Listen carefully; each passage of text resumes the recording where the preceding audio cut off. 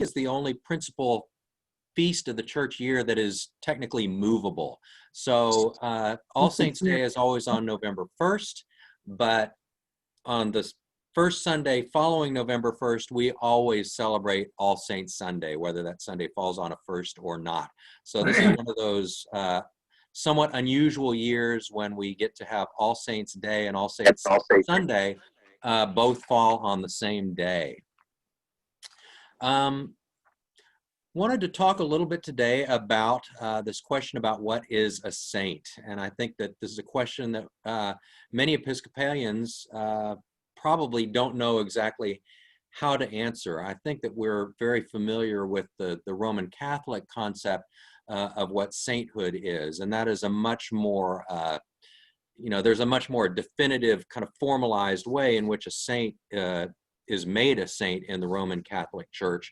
That interestingly, it has not always been that way. Initially, in the early days of the church, the making of a saint, it was really a sort of a local process. And so if there was a person in a community that that they felt was a very kind of a special person who really reflected God's love, they would just declare that person a saint. Gosh, it was much later, I can't remember, it was sometime during medieval times that the Roman Catholic Church sort of, as they were kind of consolidating and centralizing power under the Pope, also formalized that process of declaring sainthood. And that, of course, the Pope had to approve anybody who was made a saint. There was a kind of a set of criteria that had to be met, including, 2 miracles, I think, 2 verifiable miracles. And so we're kind of familiar with that, and yet I think that we know that as Episcopalians, that's not really our process for declaring a saint. And so the question then we come back to is, what is it to be a saint for an Episcopalian?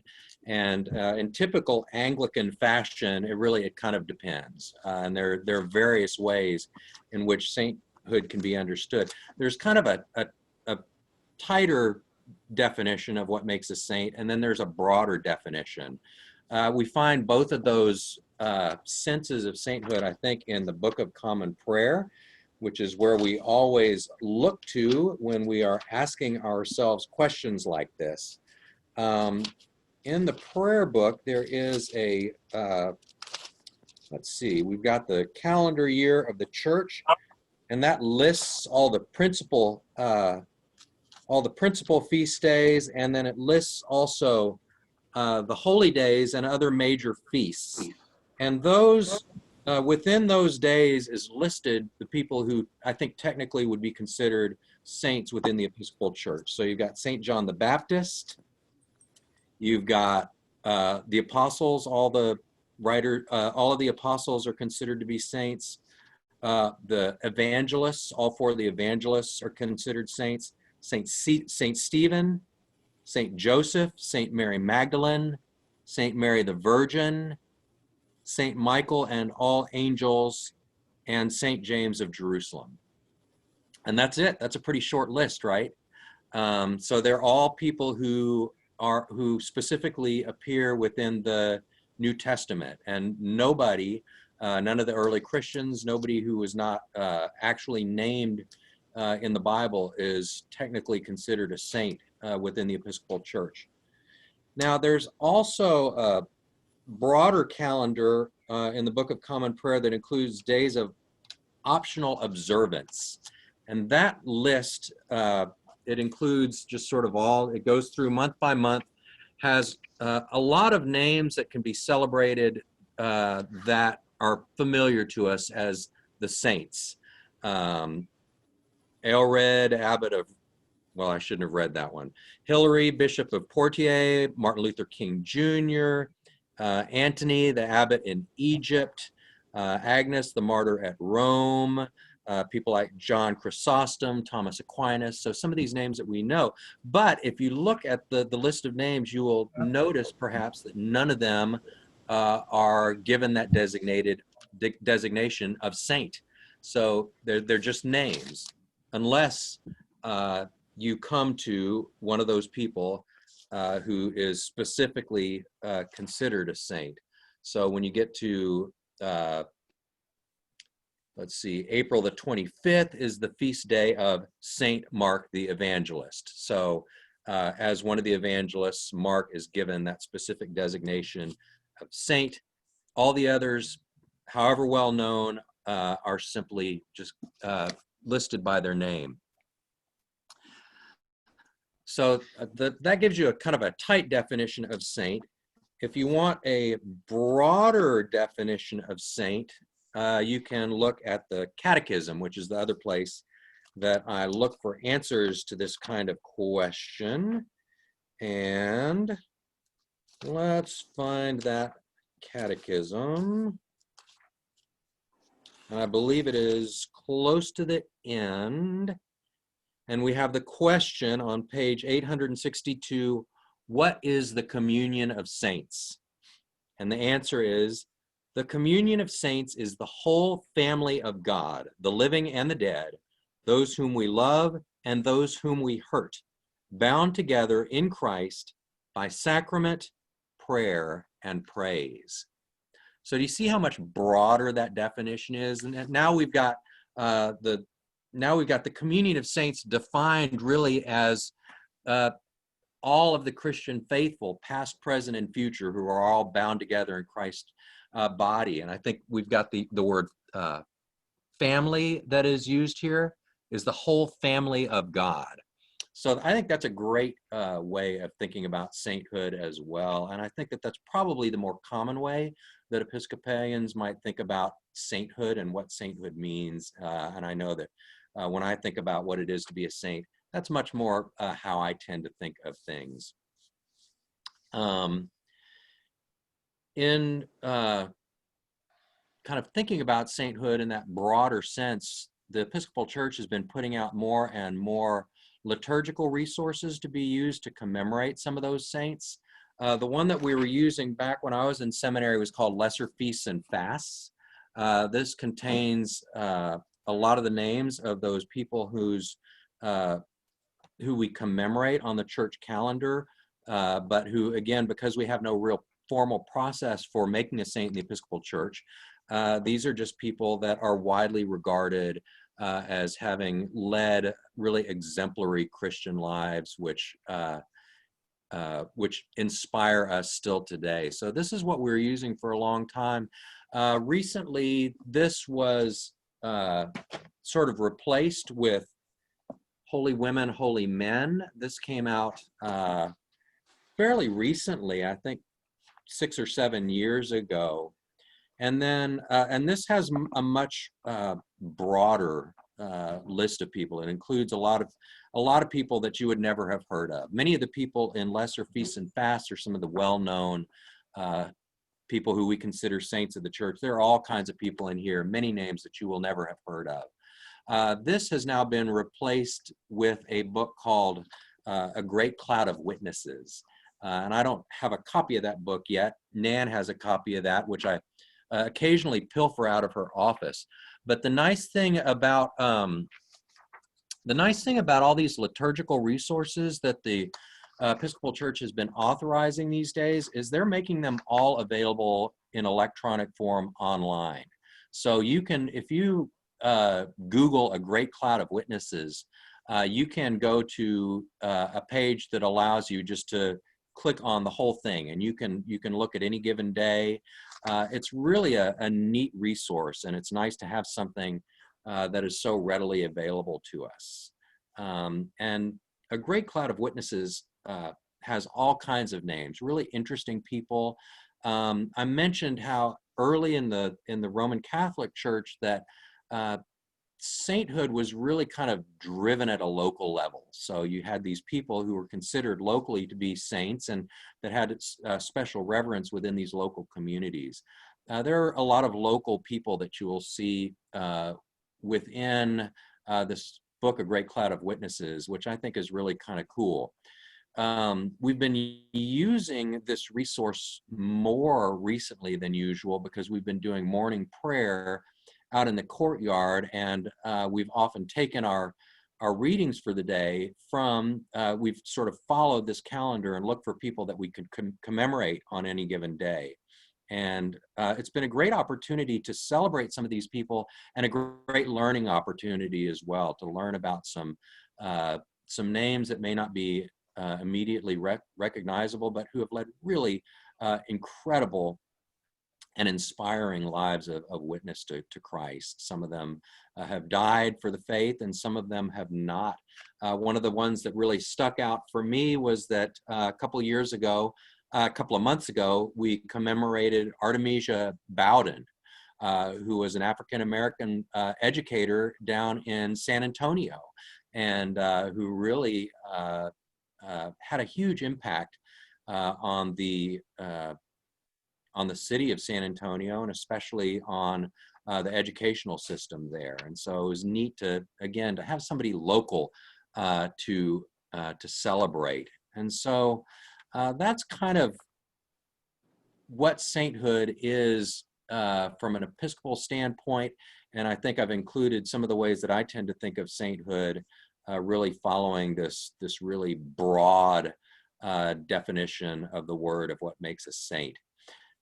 So that's a very quick overview. I thought it might be fun for us to talk about or describe some of our own personal saints, and perhaps you may have somebody that you would like to tell us about this morning. And I thought I'd start just very quickly. My fallback saint is always my dad, but just to do something different today, I thought I'd talk about someone else. And I want to note that really, when it comes to my everyday saints who support me in my life of faith, it's really it's you all. It's this parish. I mean, just in terms of my day-to-day faith, you are the ones who inspire me. You are the ones who strengthen me and make me want to become a better Christian. And so, recalling today one of our recently departed members of our church, I couldn't help but think of Dee Yoder. And many of you knew Dee very well. Some of you perhaps did not. Dee was a member of this parish for quite a few years, but she almost exclusively attended the early service. And so she was part of kind of a smaller circle of worshipers here at Trinity. And she also really, for the past 5 or 6 years perhaps, had so many health challenges that she was not very frequently able to attend worship. But even when she couldn't worship with us, she continued to serve on the altar guild. It was actually her roommate, Lynn Christ, who was doing all the altar guild work, but Dee was telling Lynn what to do. And so she continued to serve the altar guild in that fashion. It was very funny when they'd come in together. Lynn described herself as Dee's service dog. That is how, and she, that they meant that as a compliment. Dee, as you know, she spent her through the Army. She was in the Army. She was an OR nurse. She served in Vietnam and Korea, and she served in various hospitals here in the United States and over in Europe. So she went through just incredible, just the level of service and sacrifice that she exemplified really is extraordinary. She never is a good likelihood that many of the health challenges that she suffered from later on in life may have been related to exposure to Agent Orange over in Vietnam. So she really she sacrificed greatly to serve her country. When she was ready to lay down that particular ministry, she picked up another ministry with equal vigor, and that was serving our pets and starting an animal shelter up in the Highland Lakes area. And she and Lynn both cared so deeply and had this deep love, especially of dogs and especially of pugs, for reasons that I cannot explain, but that was their special love in life. And they really you know, our unwanted pets are vulnerable, and just to dedicate their lives to serving and to giving homes to pets like that was really an inspiration. Dee served this church and gave in so many ways of her time, of her talent. She gave generously whenever anything special came up. Like I remember when I went to bring assistance to Port Aransas right after Hurricane Harvey came through. She and Lynn were two of the first to really step up and make very, very large donations to support the people down there who had lost so much. I also actually just remember that I have this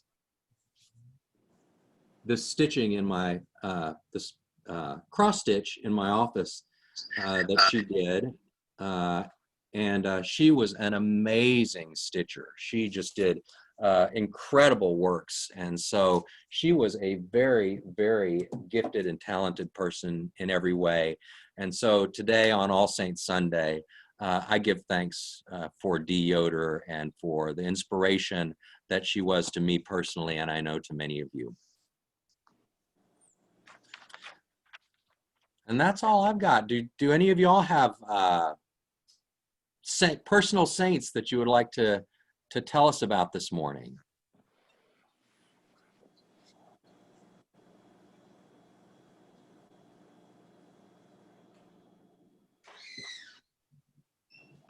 I think I have an uncle that's deceased now, and his first name was James. He was on my mother's side of the family, and the oldest of 7 children.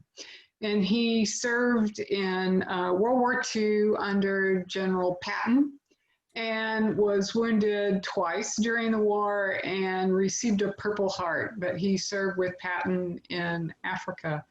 But the very first time I heard the term everyday saints, I immediately thought of him.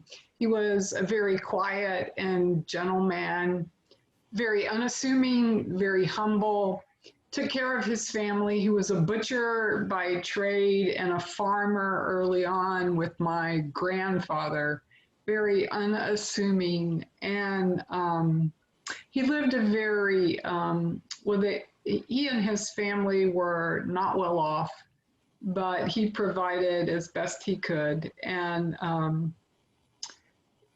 he was just one of those very lovable people. And my mother is Cajun. And because he was the oldest, he was he and 2 other siblings went to school speaking French. They spoke Cajun French. They didn't know English. And he always maintained that Cajun accent. And I can still hear the Cajun accent in his voice. He was just a delight. And when my mother at 16 went to nursing school, he was the one that gave my mother his watch so that she could learn how to do pulses and blood pressure and all those things. She needed a watch for nursing school, and he gave her his watch.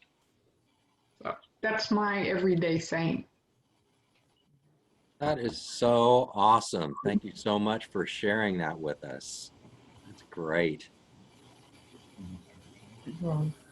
Okay, I'll jump in. Can y'all hear me? Nod. Okay. I won't give you a whole lot of background on it, but I grew up in a smaller town in the Texas Panhandle, Pampa, Texas, which was an oil, gas, cattle ranching town.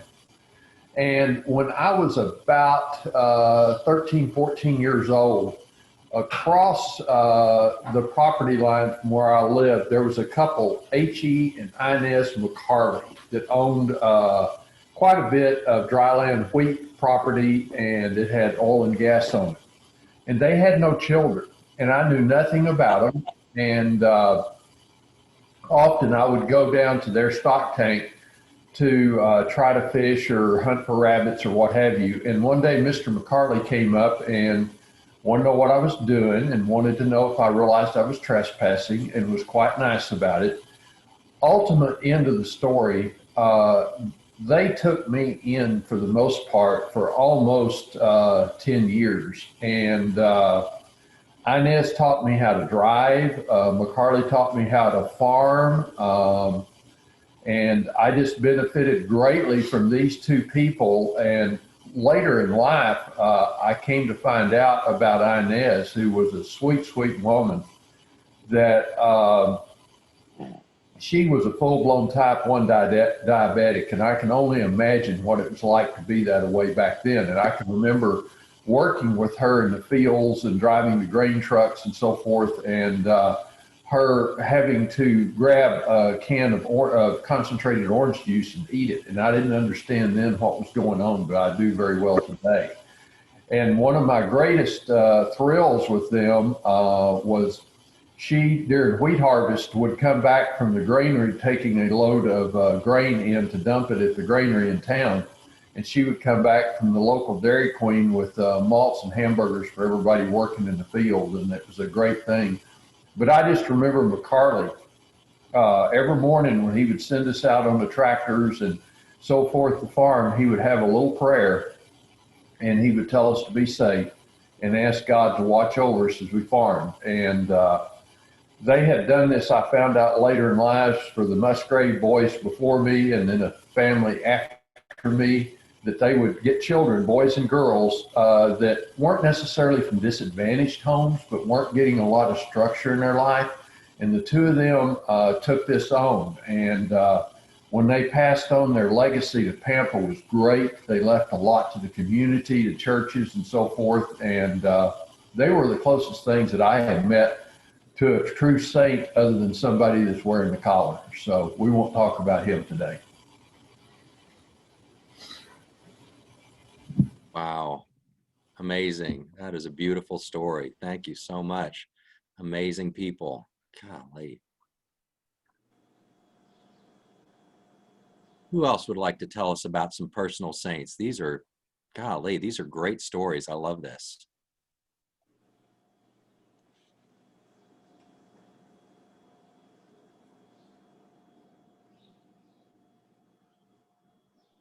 I have a quick one while other people are thinking of theirs. Father Gene Paradise. Of course, he's got a great saint name.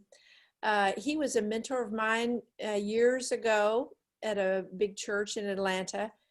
And he had already retired and was now just hired to be the pastoral care priest for seniors. And the thing I loved about him was he would look at one of our senior members and he would remember their whole life.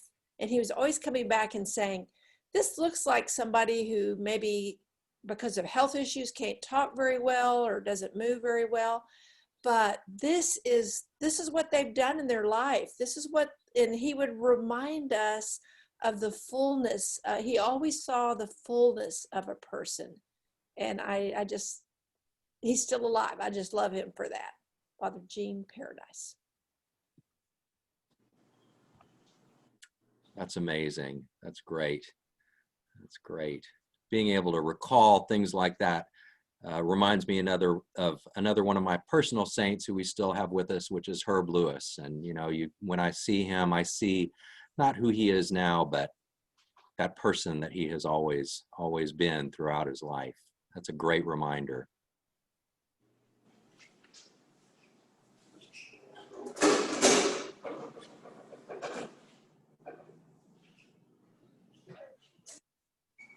Any others? Claire?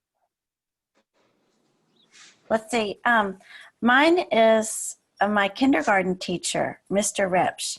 I went to kindergarten before it was part of public school. So this was a little Lutheran kindergarten. And he was a large man and just loved all of us so much. He taught me a love of music. I remember he taught us how to sing Edelweiss. And one day he had us all over for a party at his house and he played the violin for us. And I was totally mesmerized. But one of the things I especially remember was I sat next to a little boy who had some kind of anger issue or something. And this was in the day where we each brought a little cigar box to kindergarten with our pencils and crayons and what else in there. And he would stomp in my cigar box every day.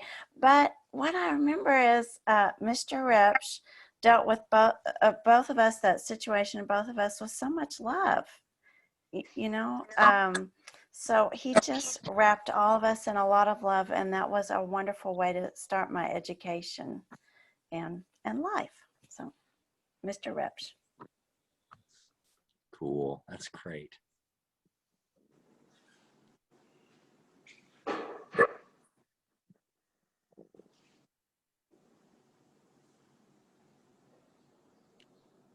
Any other saints that y'all would like to tell us about this morning? I know you've all got them.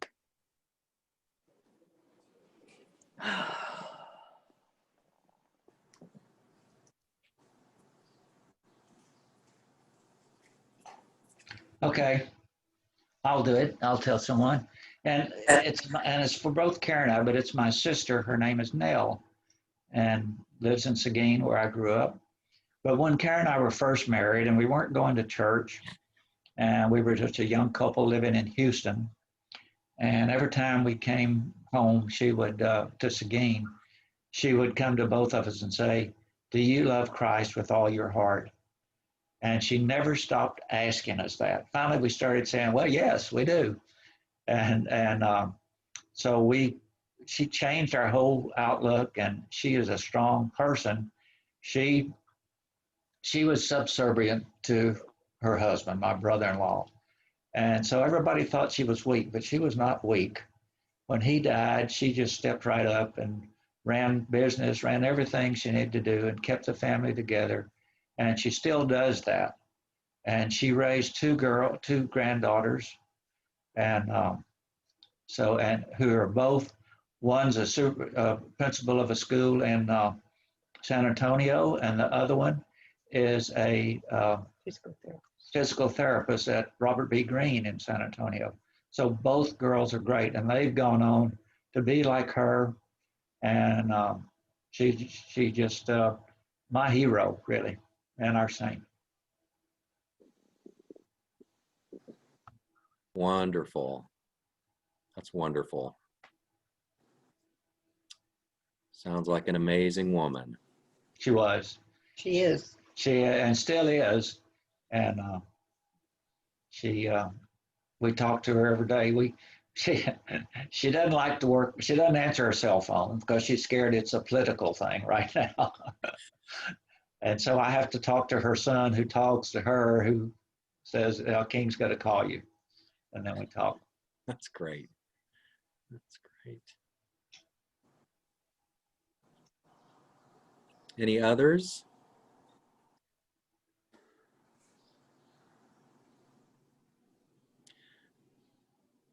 Well, I guess I need to go get ready for church anyways. Thank you so much for sharing. This is really fun, and I know it expands my own notion of that great cloud of witnesses that we are a part of, and that we know so many who are a part of. Next Sunday, we are going to be talking about reconciliation, and Nan and Claire are going to be leading that discussion, and this seemed like a very timely topic. We will be emerging from a very contentious election, and it is very much my hope and my prayer that we as Christians will all turn our attention towards this theological concept that's so important to us of reconciliation, and seek to make that known here in our community and in the world around us. God knows we all need it right now. So thank you all so much. Have a great day.